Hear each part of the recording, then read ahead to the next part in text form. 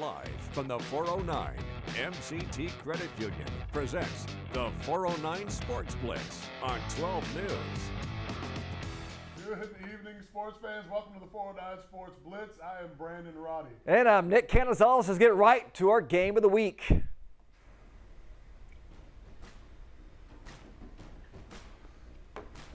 Surprising one here, Orangefield, Anahuac. I tell you what, if you had a parlay in this one and you got it right, you need to buy a lottery ticket. Early action, Panthers possession, fourth down. Brady Berry's going to throw it out to Oscar Garza, but all of the Bobcats are there waiting for him. That is a turnover on downs. Wildcat formation for the Bobcats. Number 2, Mason Manning. Direct snap with contact. Poof, poof, poof, poof. Plows his way into the end zone. 7-0 Bobcats. Bobcats with the ball again. Number 0, Carson Gonzalez, throw it out to number 10, Zach Morrow. He's going to catch the ball, move it on down into the 5-yard line.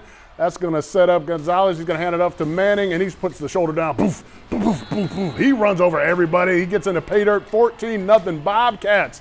Bobcats threatening again. Manning has his way all game, but not this time. Number 55, Brad Coates, gets him behind the line of scrimmage. No relation to Ben Wintercoats. Field goal attempt for Orangefield, but Anahuac jumps off sides. That sets him up for first and goal. The Cats take possession. Gonzalez, he's going to take a hit right there, but makes the throw to Morrow for a touchdown. 24-0 at halftime in this one, but the final is even more impressive. 49 to 12 in this one. Is this? No, that score is actually wrong on that one. I think it's 38-0. 38-0 is there it is. Final score. That's what we're looking. 38-0. The final in that one. Who'd have thunk it? I know I didn't see this one coming. No, on paper, I mean, I thought it was going to be close. I thought actually Anahuac might pull it out. Let's go out to Holton Pepper. Joins us live in Anahuac. I mean, Holton, look, I talked to a lot of people. They said, man, this will be a good matchup. I think Anahuac's going to take it. But Orangefield, they came in on the road, punched them right in the mouth, and just never let up. Mm-hmm. I mean, that's exactly right. You're talking about a team that came out here with an agenda almost. I mean, we kind of thought going into this game, you know, obviously Dave Campbell chose the Anahuac Panthers as the winner of District 10 in 3A, but I mean, that is just not the case with the team that we saw tonight. But here's the thing. You may look at this score and talk about how Orangefield was super dominant or that Anahuac is a bad football team, and that is just not the case. Anahuac is a very, very, very talented football team. Brady Berry on the quarterback for that team. He's savvy. But tonight, just too much pressure, way too much pressure. Anahuac was just always under pressure, under every snap, under duress, every single snap it felt like. And it felt like Brady was having to make plays every single snap. And really great. I mean, obviously that's a testament to the hard work that Orangefield has put forward. Obviously Coach Bro kind of preached to the guys this week about getting to the quarterback, because we know if Brady has too much time, he's got that number 5, Quandre Coates, just chilling out there. His 6'5" stature, 240 pounds. That's a weapon. But enough talking about Anahuac, because they didn't win tonight. This was an absolute dominant win by the Orangefield Bobcats. And Greg Neese, I know I said stop talking about Anahuac, but Greg Neese and these guys, again, I just cannot stress to you enough that Anahuac is not a bad football team. That's just how good of a win Orangefield had here tonight. And offensively, oh my goodness, guys. I mean, I can't even get my words out of my mouth to tell you.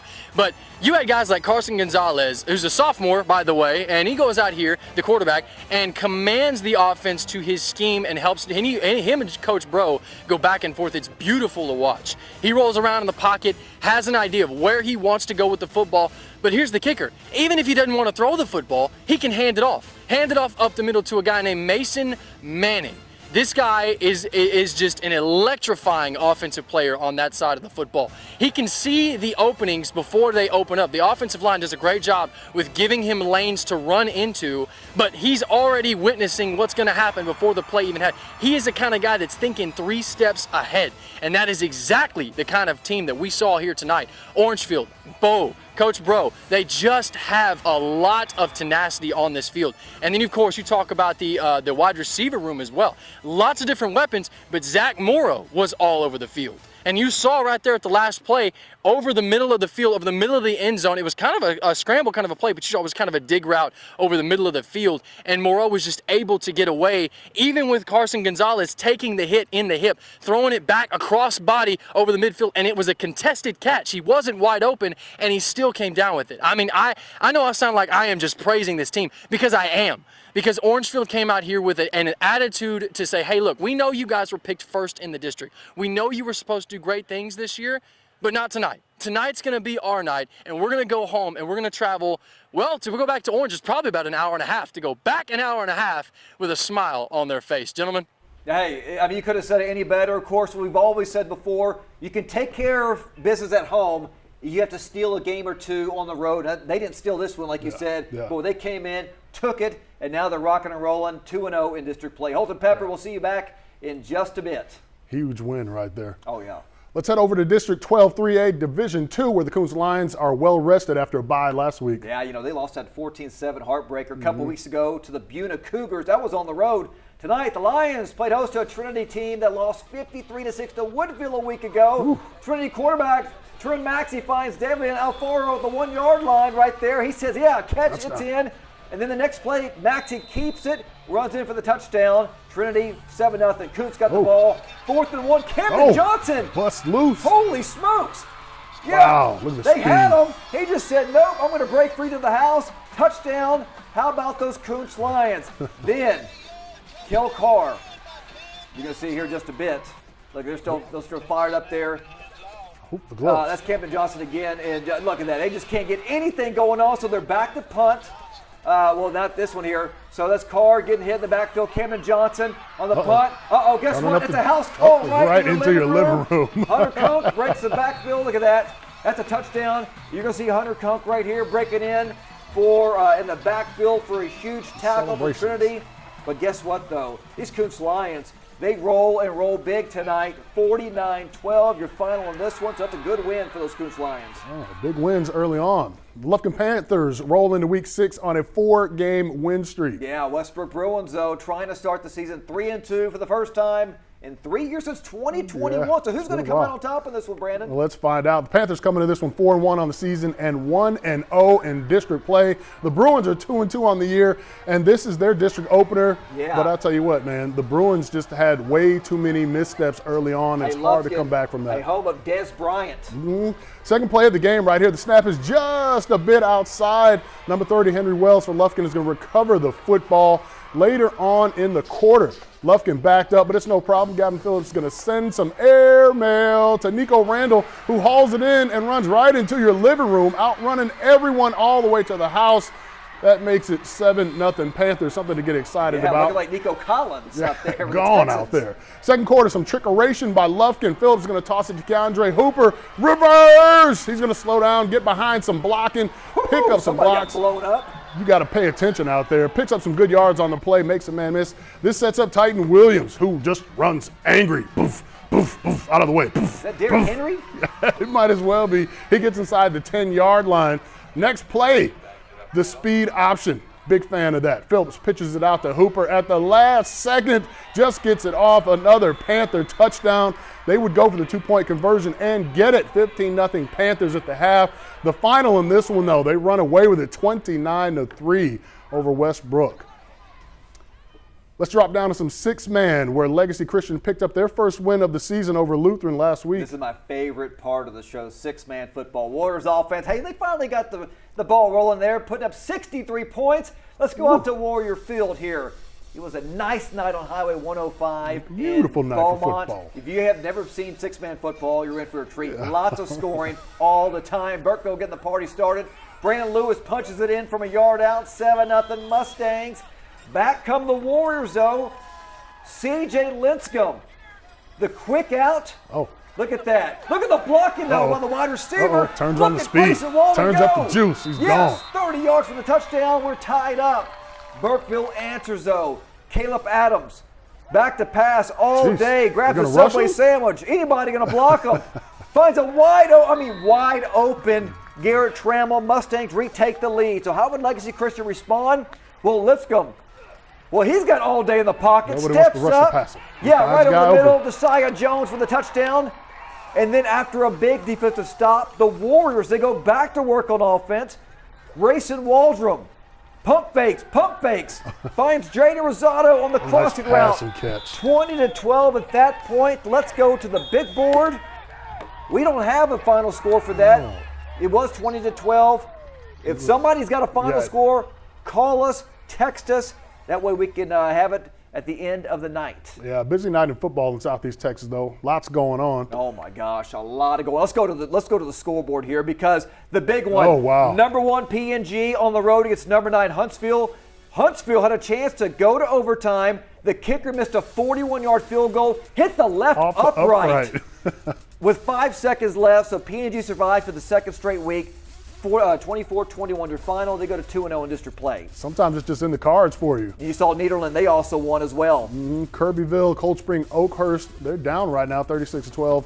Still in the fourth quarter in that one. And Woodville crushing Warren, 58-0. That one's a final right there. Woo, lots of games Woodville going Eagles, on. Sheesh. rocking and rolling. The Band of the Week. Now it's time for our Band of the Week. All right, but first we're going to tell our NBC 12 viewers, slip over to ABC 12 to catch the rest of the Blitz. Check out our Band of the Week. Big props to them. Golf clap. We'll be back in about 2.5 minutes.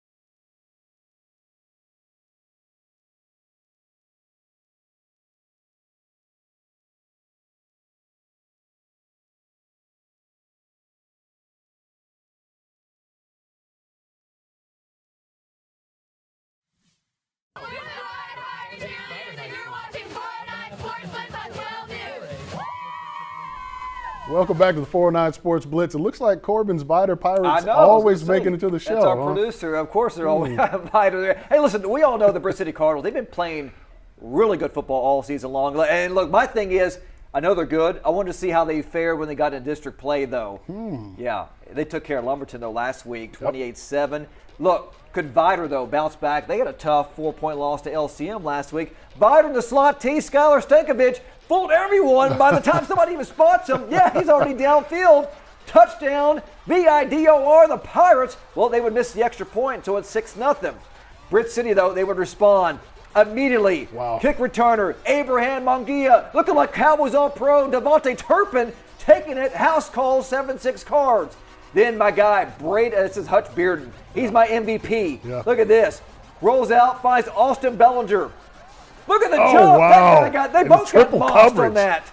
Big gain for those Cardinals. Then Hutch Bearden fakes it, run it around, short yardage, touchdown, Cardinals. And then guess who? Bearden again. Sheesh. Back to pass, out route. We call that, what was that, 507F at PNG. Touchdown. Britt City pound on the points. Guess what they do? They win again. Yeah, 49-20 your final, 5-0 overall, 2-0 in district play. They are for real, guys. They are for real. Yeah. Hey, let's go out to Kyle Orr. He's out there with Josh Smalley. Kyle, I know Coach Smalley's got to be a happy man after tonight. 5-0 on the season.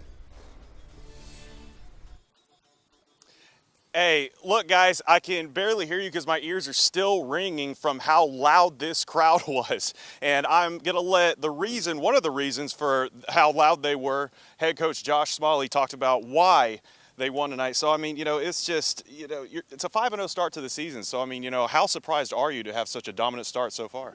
I don't know if I'm surprised. I just, I knew early on in the spring when we got here, I knew early on in the summer that we had a chance to be decent if we stayed healthy and played well. And so I thought we could be pretty good, but until you get out here and start playing and playing against competition and stuff like that, you really never know. But I'm not surprised with the way the kids have worked and come to work every day and the work they've put in. And I'm not surprised by the coaching staff and the way they've handled things. It's blessed to have a great staff, blessed to have kids that have bought in. So excited about being 5-0, and we'll enjoy it tonight. But Monday we're 0-0 going on the next week. Absolutely, well said. So, how are y'all putting such a beating on so many defenses? Y'all were averaging 40 points per game coming into this matchup. What are y'all doing? I think a little bit of that is our defense. Our defense is playing really well, and they're putting us in spots. They're getting turnovers, so that gives our offense more possessions. And then offensively, we've got some weapons. Our quarterback Hutch Bearden's a really good football player.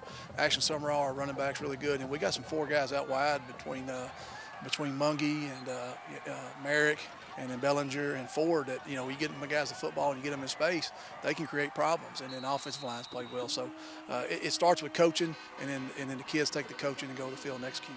Right, sounds good. Final question. Are there any notable changes moving forward with Harden-Jefferson next week, or is it one of those don't fix what isn't broken kind of situation? No, there's nothing new. We're going to go to work Monday like we're 0-0 and we're battling, for our life. And I think that's how we've got to approach every day. We preach to our kids that complacency is the devil, that anytime you start to settle and get satisfied where you're at, bad things are going to happen. So we approach every day and every week like, we got something to prove, and that's the mentality we'll take into next week. All right, sounds good. Very well said, and good luck to y'all next week.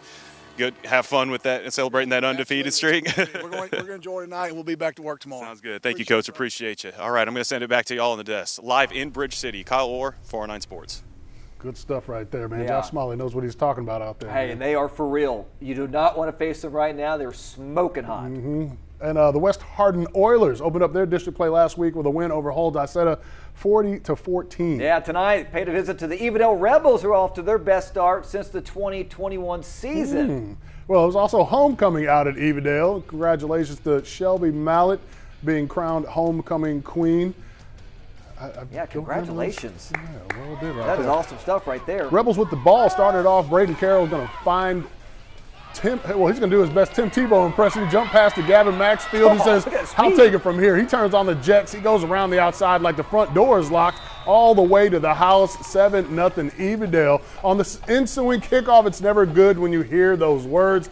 Oilers' Logan Hardin receives a kick, sizes up the situation, finds the baby gap like he's shopping for kids, makes a man miss, overpowers another. Get in the weight room, I'm too strong. Then he turns on the jets, and look at him go, and look at him go. He could go all the way. Touchdown, Oilers. That is something to get excited about. Earl Campbell. Evadale with the ball back, trying to answer. Braden Carroll hands it off to Braden Stinson, and he waltzes into the end zone. You got to make it harder than that. Second quarter, we go West Hardin with the rock. Colt White dropping back to pass. He's going to float it out to the corner of the end zone to a wide open Hayden Smith. Oh, he was Why is he wide open? You got to find him. 2-point conversion is no good. 14-12 Evadale. Rebels get another chance though. Braden Carroll having a monster game. Drops back, pump fakes, finds Caden Hubbard behind the defense on the go route. This one would come down to the wire. The final 45-38 Evadale in overtime. Good game out there. Whew, I need a break. I didn't take a breather real quick.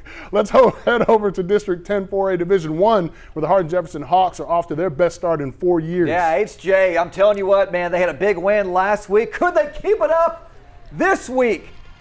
Oh, man, I tell you what, they're undefeated in district play. Yeah, best since 2020. Let's rock and roll. This is J. Roy Simon J. Roy Simon. Too strong. Look at this Too man strong. go all the way 55 yards, because that's the bottom line, because Simon said so. Big lead right there. LCM battles back. Emma Worcester. Look at that pass right there. He gets it. He is going to outrun speed. everybody. Sheesh. All the Hawks. Touchdown. It is 7-7. Then Hawks get it back. Quarterback finds trying to go to Ty Pierce, but look at the interception. Double coverage. Caden Boatman in the end zone. LCM, that they would pile on the points. They would get hot here late in the first half. Let's go to the big board because they put up 49 tonight. 49-13 is your final from LCM. Boy, that's a good win right there. And Harden-Jeff back to the drawing board. That's okay though. It's the first time they've lost in quite a while there. Yeah. And Cameron Burchett is going to join us live tonight with some post-game reaction. Cam, who you got with you out there? Hey guys, I have the legendary best hair in the 409 coach here, Coach Eric Peavy from LCM, over this momentous win over Harden-Jefferson, tonight. Tell me a little bit about what you feel was the strongest suit tonight with your players on the field. Well, we knew coming into this game it was going to be a tough game. Coach Bass has done a fantastic job. They have a winning record coming in 3-1, so we wanted to try to get physical and play some Battling Bear football with them, and they came out, stopped us on fourth down. We got a turnover then when they stopped us on fourth down, and then after that they scored, so we were actually trailing right off the bat 7-0, and then we kind of found in our groove, and we're able to just move forward a lot. So I'm really happy with the boys. Offensive line played fantastic. Running backs ran the ball hard. Defense, I think, ended up having 5 turnovers tonight, so it can't really beat that. So I was really excited to see that for our team. Yeah, and so, it also was such an exciting game to watch on both sides of the field for Harden-Jefferson and for you guys as well. It just, seeing all of the different just plays going on and just all the different turnovers, like you mentioned, that just made it even more exciting. But talking about the end of the game, you guys finaled out at 49-13, but not in the way that we really wanted to tonight. So tell me a little bit about how the game ended a little bit differently than you would want, but also something that a coach doesn't want to end the game or want to end to happen. That's definitely something you don't want to see as a coach. I had a young man from Harden-Jefferson go down with an injury and was on the field not moving at first, and it just kind of brings everything back to realization. And I know that he started having movement in his hands and his legs, and we were able to get him in the ambulance, and he's heading to the hospital. And our team's praying their tails off right now, and just hoping the dear Lord puts his healing hands on them. And it's definitely not the way that you want anything to end. Sometimes we got to remember that it's just sports, it's just games, and that's life. And we got to make sure that we really sometimes put focus on what's important, and that what's important is those young boys that are out there playing this game. So definitely not the way you want anything to end at any point, but our prayers are to them from Little Cypress, and they're going to be there all night for them. And so then that's the thing of utmost importance is always safety on both ends of the field there. And so then speaking about the field, what's something that you guys are looking forward to next week in week 2, 3 of district play? 3 district plays. Just continue to play Bear football. Got a big game against Livingston. They're always a big physical team. They might not be on the right track right now, but they always seem to play us tough. And so we know it's going to be a physical football game. So we just can't worry about anything else. It's just on to the next week and get the opponent. So we'll definitely take some time and enjoy a win, because every win's tough, and we'll be on to it tomorrow. Awesome. Well, hey, thanks for so much for talking with us. We're excited to see how you guys keep going in the season. Yes, ma'am. Awesome. Appreciate it. Thank you. We'll go ahead and send it right back to you guys in studio. But again, yes, tonight did end the way not every coach would like it to, with an injury on the field from HJ, their number 5 there. But like Coach Peavy said, he is all right and he is doing well. He can move his hands and his feet, and that's the thing of utmost importance. And again, he is getting checked out at the hospital. But again, that final score was 49-13, and both coaches came to an agreement to end the game right then and there. And again, our hopes and prayers are with player number 5 for HJ. Yeah, exactly right there. Of course, all of us, especially over here, thoughts and prayers are with him as well. And Cam, we appreciate it out there. It's a scary situation. Anytime you play football and it's very physical, and especially when somebody goes down, like a young man like that, you know that football is just an afterthought. Yeah. So we hope that he has a speedy recovery, and whatever happens, he is hopefully back on the field for next week, and it's not too bad. Yeah, prayers are always going out for the players that get injured, and glad to see he's moving around and all that. And a big win for the Bears as well. They're still moving around. And they're 2-0 now in district play. Harden-Jefferson goes to 1-1. But both Harden-Jeff will bounce back for next week. LCM's got Livingston, who Harden-Jeff beat last week. I think they should be able to take care of Livingston and go 3-0 And that would be a good start for them, especially it's going to be a tough district, especially towards the end, but they've taken care of business so far. I think it's cool to see, the different styles and personalities and coaches. Josh Smalley saying how they're going to be pretty good. We're going to be pretty good. And Coach Peavy saying, well, it's going to be tough. We're going to see how it plays out. Some of these coaches, they know their team, and some of them sandbag a little bit. But hey, the thing is, though, they're both playing really good at the right time. Right. So we'll just see what happens coming up next week. Yeah, new week. Anybody can win in any of these districts. Yeah, district play. It matters. 409 Sports Blitz will be right back after this. Yeah, stay with us. We'll be right back.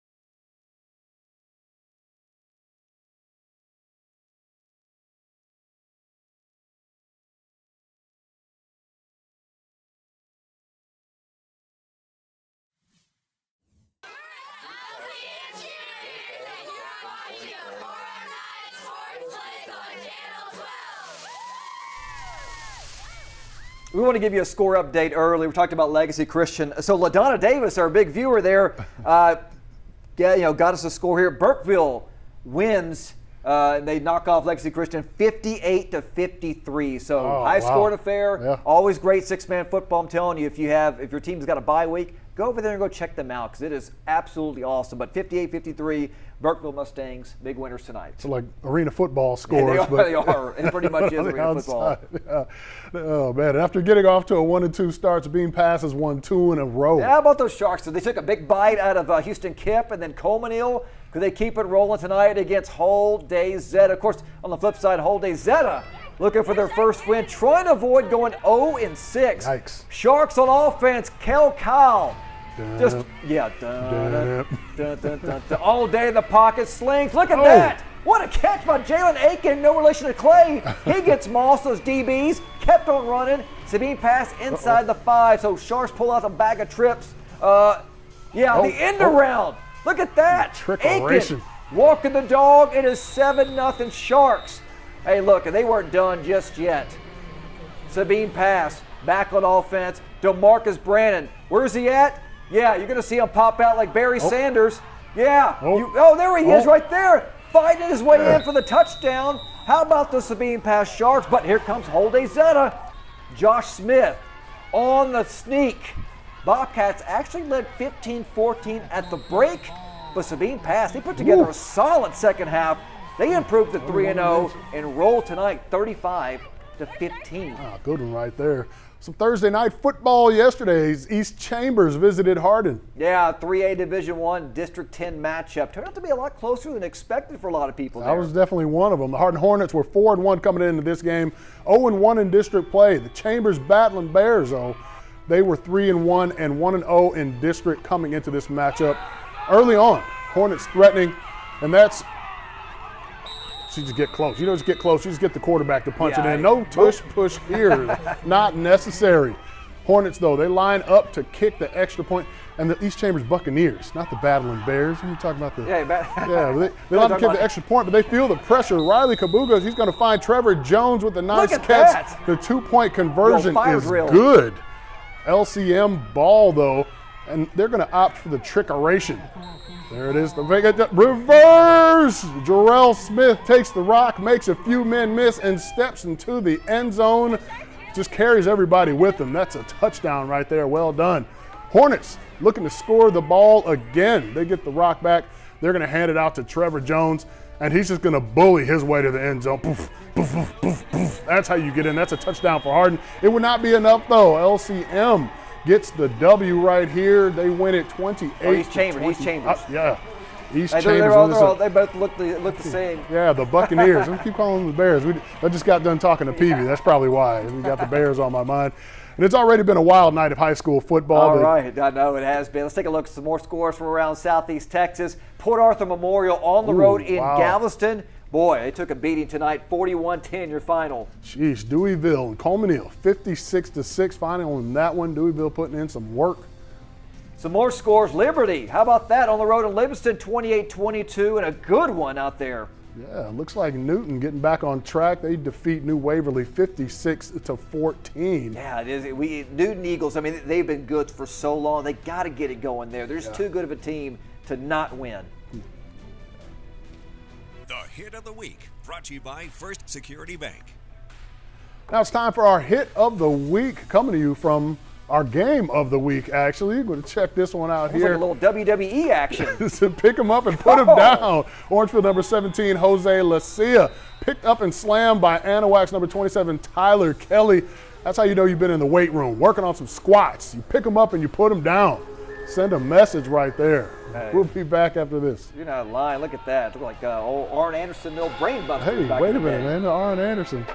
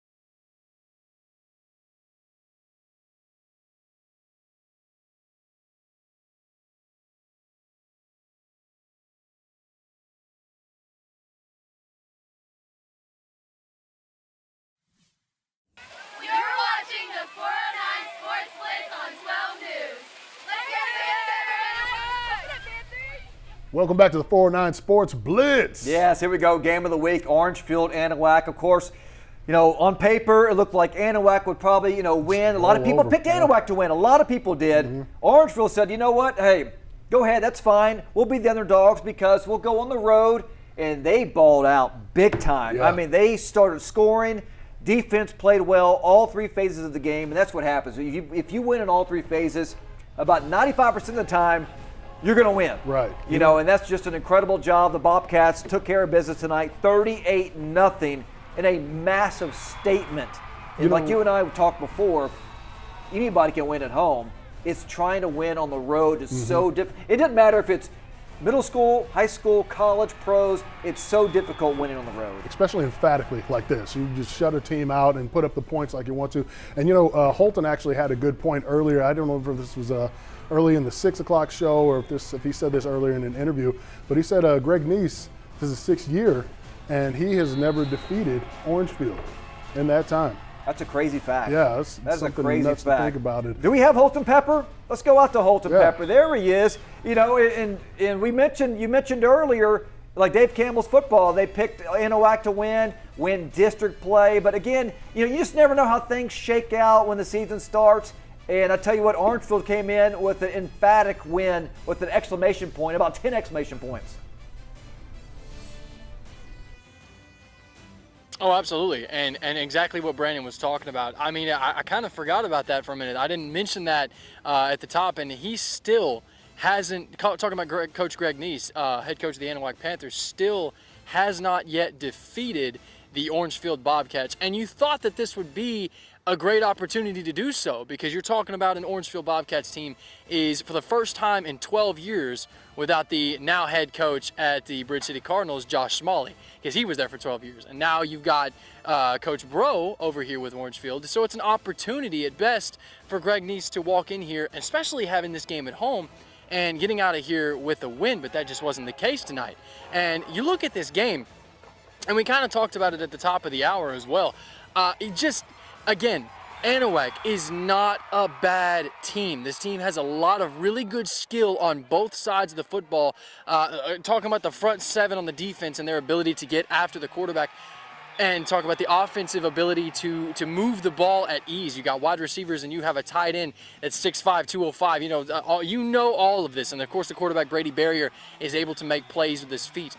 But you looked at the film and you watched tonight, and Orangefield came out here with a plan and absolutely dominated. I talked to Coach and I talked to Mason Manning and Zach Morrow after the game, and I kind of asked them each individually, what was your mind going through as you were going about this game here tonight? And starting with Coach, he talked about how you want to keep the foot on the gas. You want to keep it, it's something that he's been preaching since day one. Even at halftime when you're up 24-0, the game is not over. You still have 24 minutes left in the ball game, and Anahuac is a very talented squad.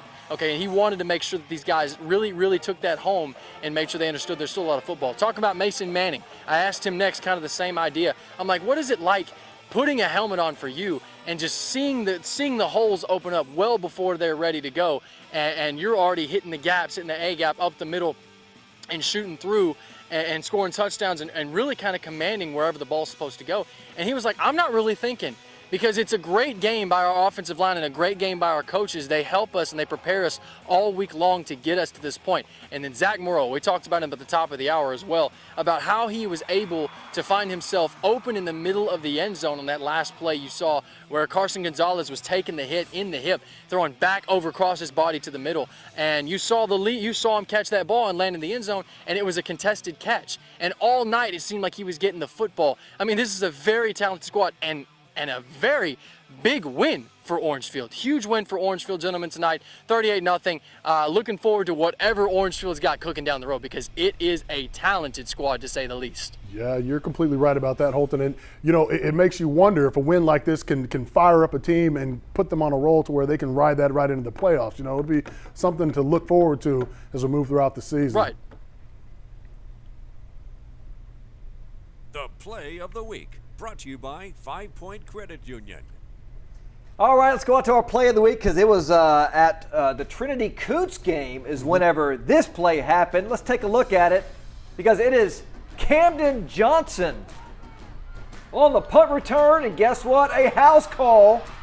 Yeah, ring-a-ring. Look at that. Inside, touchdown. Coasting all the way to the house. Oh, my gosh. Yeah, those Kountze Lions, they took care of business tonight, or did they? I'm trying to remember. 49-12 was your final. I think Trinity ended up winning that game. Lions won. No, so Kountze Lions did win.